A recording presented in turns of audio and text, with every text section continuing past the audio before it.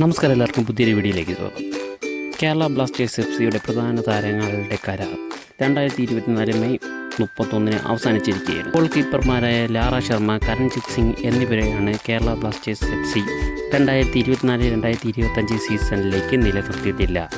Greek international സ്ട്രൈക്കറും Indian super league 2023-2024 സീസണിലെ golden boot താരവുമായ ദിമിത്രിയോ ഡയമൻറ്റിക്കോസിനെയും കേരള ബ്ലാസ്റ്റേഴ്സ് എഫ്.സി നിലനിർത്തിയില്ല.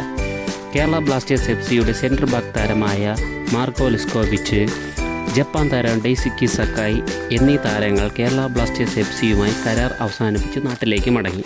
കേരള ബ്ലാസ്റ്റേഴ്സ് എഫ്.സിയുടെ കോച്ച് ഇവാൻ വിക്കുനോവിച്ച് കരാർ അവസാനിപ്പിച്ച് 2024 മെയ് മാസം തന്നെ നാട്ടിലേക്ക് മടങ്ങിയിരുന്നു. ഇവാൻ വിക്കുനോവിച്ചിൻ്റെ അസിസ്റ്റന്റ് കോച്ചും ബെൽജിയം താരവുമായ ഫ്രാങ്ക് ഡോവൻ കൂടി കരാർ 2024 മെയ് 30 അവസാനിച്ചു. ഇനി 2024-2025 ഇന്ത്യൻ സൂപ്പർ ലീഗിൽ ഏതെല്ലാം താരങ്ങളാണ് കേരള ബ്ലാസ്റ്റേഴ്സ് എഫ്.സിയിലേക്ക് കടന്നു വരുന്നത് എന്ന് കാത്തിരുന്ന് കാണാം.